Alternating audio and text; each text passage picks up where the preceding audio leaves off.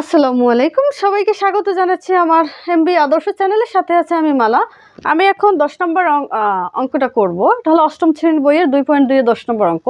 তো অঙ্কটাকে আমি পড়ি যে বার্ষিক শতকরা 8 টাকা 50 পয়সা মুনাফা চক্রবৃদ্ধি মুনাফায় 10,000 টাকার 2 বছরের চক্রবৃদ্ধি মূলধন ও মুনাফার পার্থক্য নির্ণয় করো।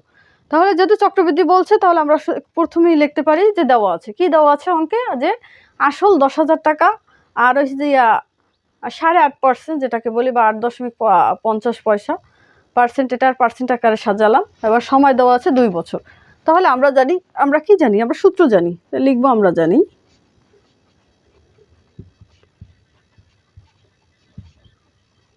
জানি চক্রবৃদ্ধি মূলধন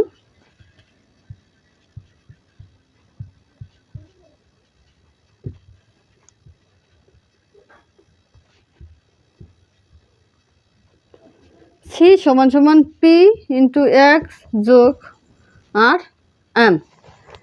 এখন মানগুলো বসিয়ে যাই।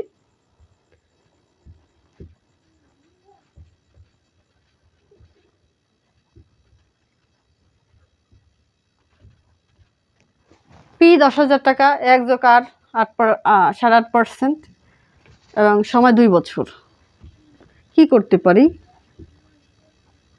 10,000 টাকা 1 যোগ, এটাকে এই 8.5কে যদি 100 দ্বারা ভাগ করি তাহলে আমার হবে 0.085। এটা তাই যেহেতু পাওয়ার আছে যোগ করে লিখে দিই।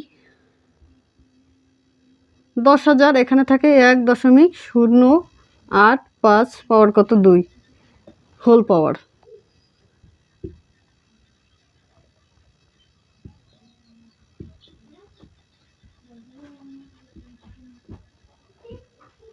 আট পাঁচ দুইবার লিখলাম যে তা 10,000 টাকার থাকে 1.085, 1.085 যদি গুণ করি তাহলে আমার রেজাল্ট আসবে যে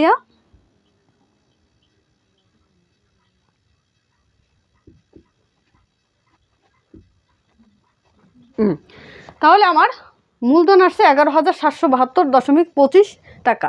এর দ্বারা কি বোঝায় যে আমি ব্যবসাটা যখন শুরু করছি বা বিনিয়োগ করছি তখন আমার হাতে ছিল 10,000 টাকা, কিন্তু এই 10,000 টাকা নিয়ে যখন ব্যবসা শুরু করছি 2 বছর টাকায় আমার এটা দাঁড়াইছে 11,772 টাকা।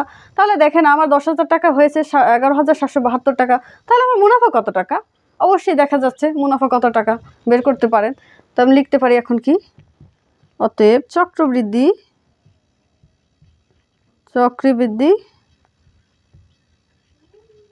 মুনাফা সমান সমান আমার 2 বছর পরে মূলধন দাঁড়াইছে কত? সি 11,772.25 বিয়োগ 10,000 আছে আসল আমি বিনিয়োগ করেছিলাম বা শুরু করেছিলাম। এটা থেকে এটা বিয়োগ দিলে 1,772.25 টাকা।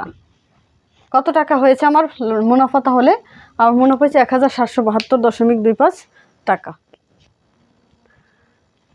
ধন্যবাদ সবাইকে, আশা করি বুঝতে পারছেন। অবশ্যই কমেন্টে জানাবেন কেমন হলো।